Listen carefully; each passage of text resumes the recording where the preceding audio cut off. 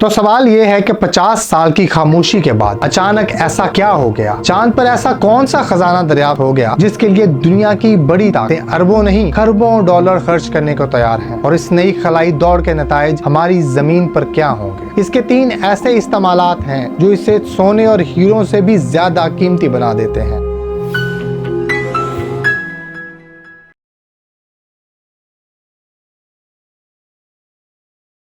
कैसे हैं दोस्तों, मैं मोहम्मद हारून।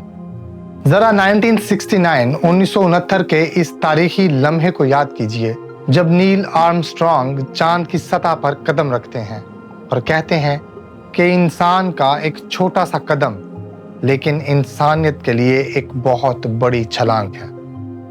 उस वक्त चांद पर जाने का मकसद सिर्फ एक था, वकार, शोहरत और अपने हरीफ सोवियत यूनियन पर तकनीकी बर्तरी साबित करना। ये झंडे गाड़ने और कदमों के निशान छोड़ने की दौड़ थी। 50 साल से ज्यादा अरसे तक चांद इंसानी याददाश्त में एक ठंडी बेजान चट्टान के तौर पर महफूज रहा, एक ऐसी जगह जहां हम एक बार गए और फिर कभी वापस जाने की जरूरत महसूस नहीं की।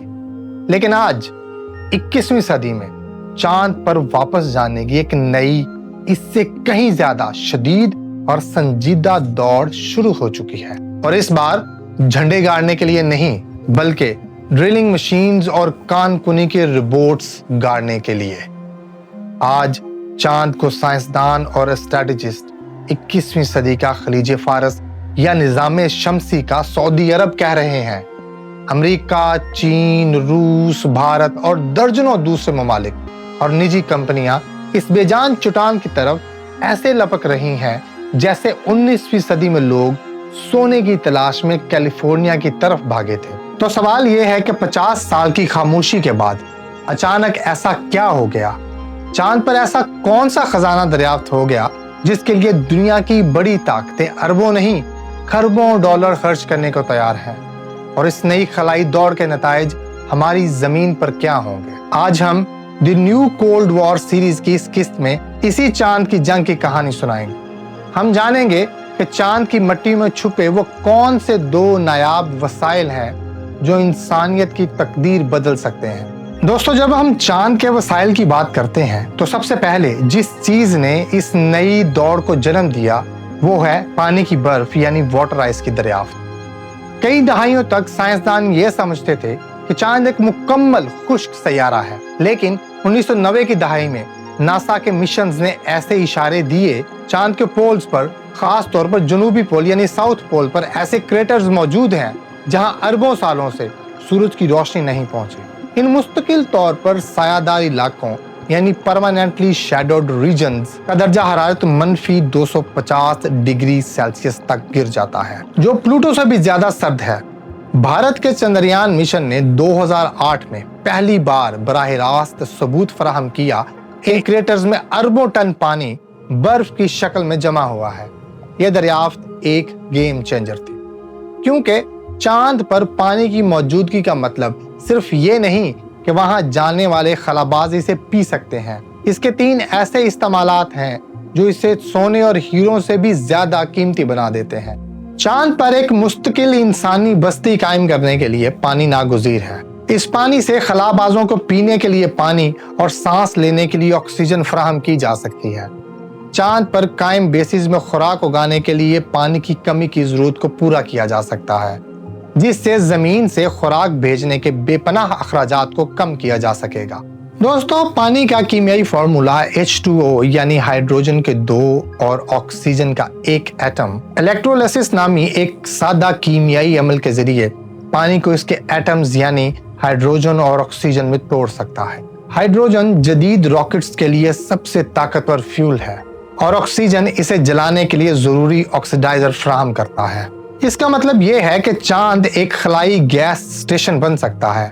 जमीन से मरीख या इससे आगे जाने के लिए सबसे बड़ी रुकावट यह है कि हमें रॉकेट के साथ इसका तमाम ईंधन भी जमीन की ताकतवर कशिश शकल यानी ग्रेविटी के खिलाफ खला में ले जाना पड़ता है, जो मिशन को इंतहाई महंगा और मुश्किल बना देता है। लेकिन अगर हम चांद पर पहुंचकर वहां मौजूद पानी से अपने खलाई जहाजों में दोबारा ईंधन भर सकें तो हम डीप स्पेस के सफर के अखराजात में 90% तक कमी ला सकते हैं। चांद, मरीख और बाकी निजाम शमसी को फतह करने के लिए इंसानियत का लॉन्च पैड बन सकता है। अगर पानी इस नई दौर का पेट्रोल है तो हीलियम 3 इसका एटमी ईंधन है। हीलियम 3 हीलियम का एक हल्का और मुस्तहकम आइसोटोप है। ये जमीन पर इंतहाई नायाब है क्योंकि हमारी मैग्नेटिसी फील्ड इसे जमीन तक पहुंचने से बहुत पहले रोक देती है।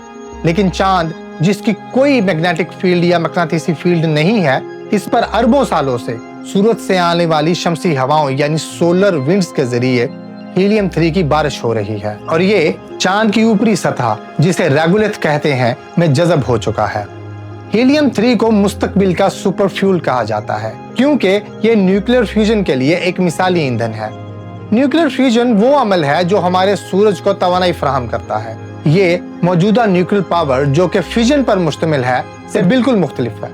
फिजन में एटम को तोड़ा जाता है जिससे बेपनाह तवानाई के साथ साथ खतरनाक तापकार मादे यानी रेडियो एक्टिव वेस्ट पैदा होता है। इसके बरक्स फ्यूजन में एटमों को जोड़ा जाता है। हीलियम 3 को जब ड्यूटेरियम के साथ फ्यूज किया जाता है तो इसमें बेपनाह तवानाई पैदा होती है, लेकिन कोई तापकार फुजला या न्यूक्लियर वेस्ट पैदा नहीं होता।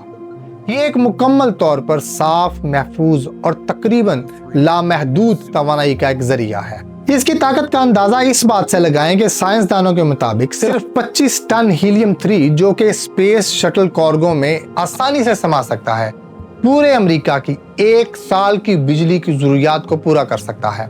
चांद की सतह पर एक अंदाजे के मुताबिक 10 लाख टन से ज्यादा हीलियम 3 मौजूद है। जो मुल्क चांद से हीलियम 3 को जमीन पर लाकर फ्यूजन रिएक्टर में इस्तेमाल करने में कामयाब हो गया, वो दुनिया की तवानाई की तकदीर का मालिक बन जाएगा और वो माहौलियाती तब्दीली के एक बहुत बड़े मसले को हमेशा के लिए हल कर सकता है। इन 2 बड़े खजानों के अलावा चांद की सतह पर नायाब जमीनी अनासर यानी रेयर अर्थ मिनरल्स यानी टाइटेनियम, एल्यूमिनियम और दीगर कीमती धातें भी मौजूद हैं जो इस नई सोने की दौड़ को मजीद पुरकशिश बनाती हैं। ग्रेट स्पेस गेम के अगले हिस्से में हम देखेंगे कि दुनिया की बड़ी स्पेस पावर्स इस अजीम खजाने को हासिल करने के लिए क्या क्या मंसूबे बना रही हैं। अगर आपको ये वीडियो पसंद आई है तो वीडियो को लाइक करें, चैनल को सब्सक्राइब करें और बेल आइकन को दबाएं ताकि आपको हमारी तमाम आगे आने वाली वीडियोस तवत्तर के साथ मिलती रहें। शुक्रिया।